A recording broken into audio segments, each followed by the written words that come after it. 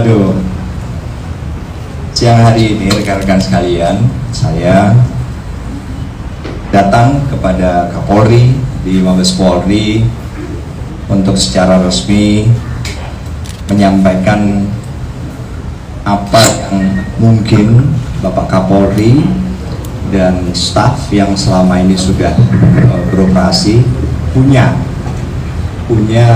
pesan atau evaluasi yang perlu saya tahu.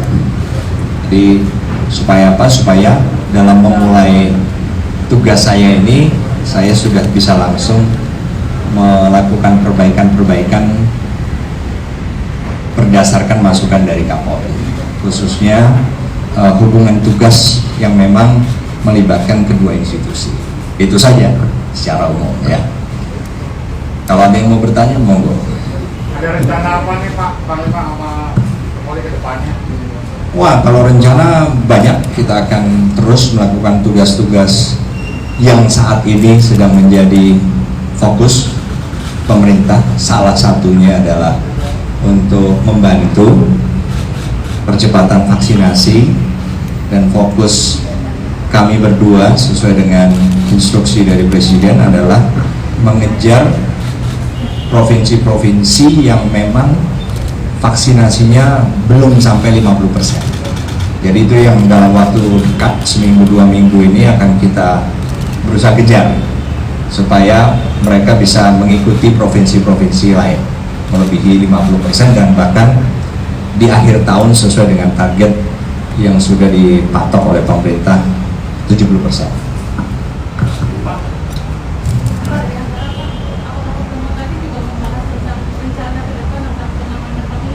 Oh iya, pasti Mbak. Tapi nanti mudah-mudahan minggu depan saya akan ke Papua, saya akan umumkan di sana ya. Pasti itu tadi utamanya itu termasuk itu. Oh enggak, yang lain.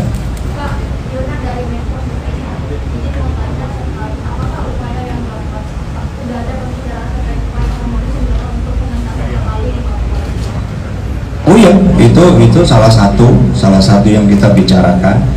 Karena kan di sana juga ada overlapping tugas yang kita lakukan berdua atau dua institusi TNI dan Polri, dan itu kita bahas cukup detail tadi, dan nanti saya akan ke sana sekaligus karena Papua juga termasuk yang tingkat vaksinasinya masih di bawah 50%. Jadi minggu depan saya ke sana untuk berusaha mempercepat persentase vaksinasi, tapi juga akan menjelaskan tentang konsep yang baru. Dan sudah tadi dengan pembicaraan secara detail dengan Kapolri tentang bagaimana masing-masing.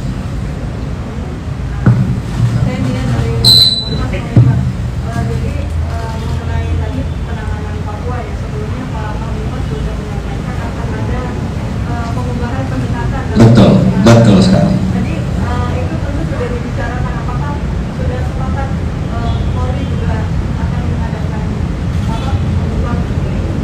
Ya, nanti kalau dari Kapolri, biar Kapolri yang ngomong ya. Terus jangan saya ambil alih. Oh iya, tadi sudah. Jadi nanti akan saya jelaskan, karena memang itu adalah sesuatu yang harus saya lakukan sesuai janji saya pada saat fit and proper test.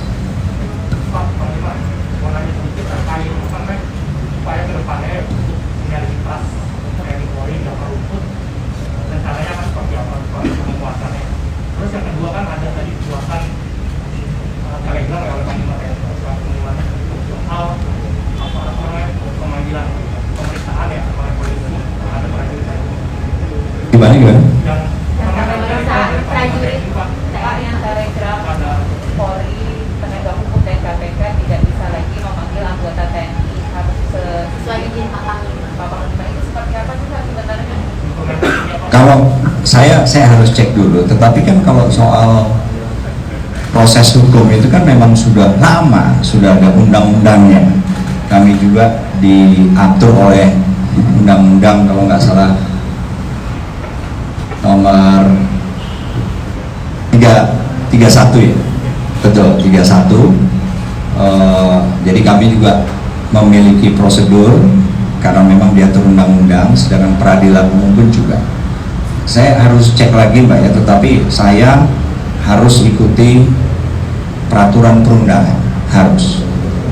Jadi mekanisme soal pemanggilan segala macam itu soal teknis saja, tetapi ya kalau memang diperlukan, kan selama ini juga sudah berlangsung, sudah berlangsung dan ada mekanisme, dan sama sekali bukan berarti kita menutup pemeriksaan yang enggak, sama sekali enggak ya. Ada lagi? Ya. Boleh.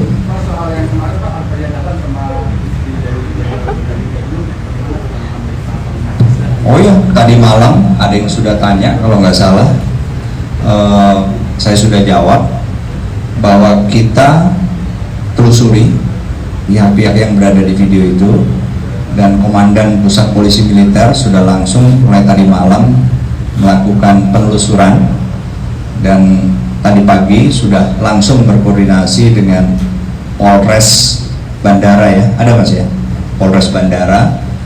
Jadi kita sifatnya siap menerima laporan dari dua pelapor ini, seandainya ada apakah tekanan, tanda petik tekanan atau apapun juga yang dikeluhkan dan ingin dilaporkan, kami akan proses hukum. Tapi ya memang kewenangan kami kan proses hukum terhadap anggota militer.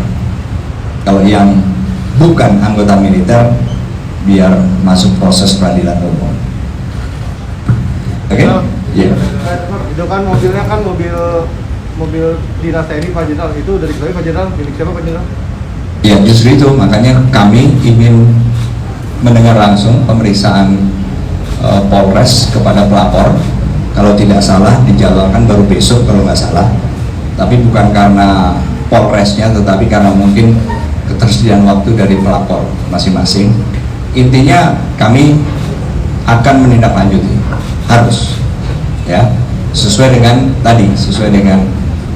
seberapa jauh tindakan-tindakan yang dilakukan oleh anggota.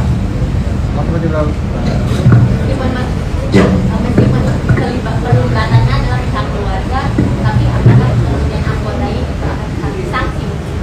Tetap anggotanya tetap dia enggak? Disanksi begitu Pak. Oh, ya makanya belum tentu keterlibatan anggota ini apa. Tapi kalau keluarga itu kan masuk dalam warga masyarakat.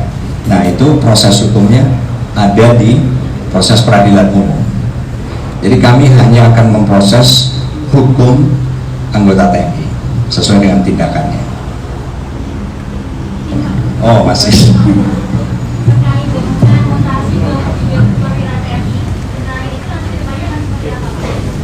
Mutasi sudah ada mekanismenya. Itu yang keluar kemarin ya, skepnya itu wanjaktinya bulan September kemarin. Jadi sudah, saya masih menjadi Kepala Staf Angkatan Darat.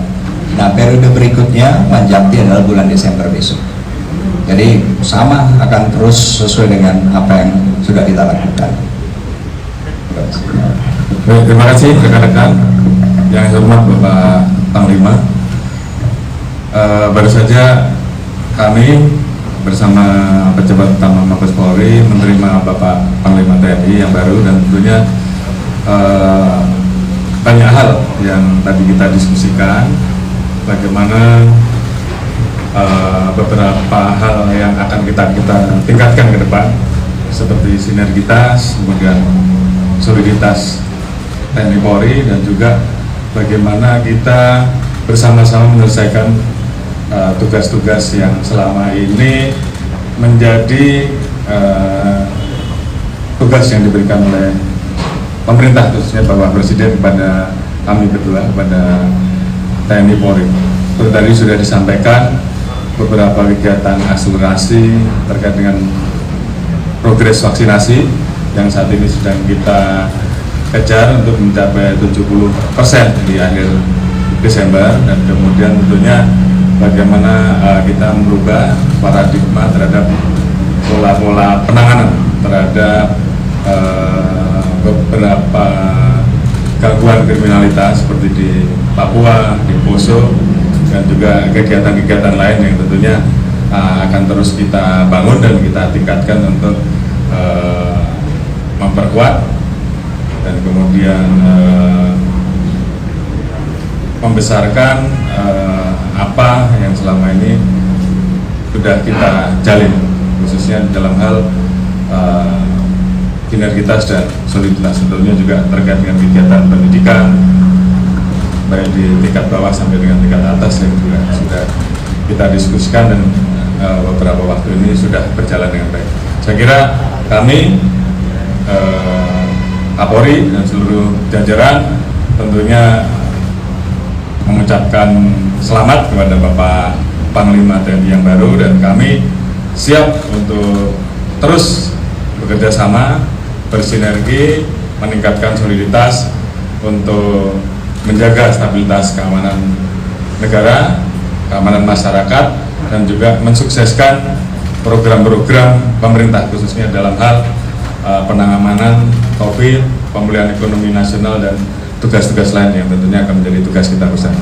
Dan itu yang bisa kami sampaikan. Terima kasih. Terima kasih.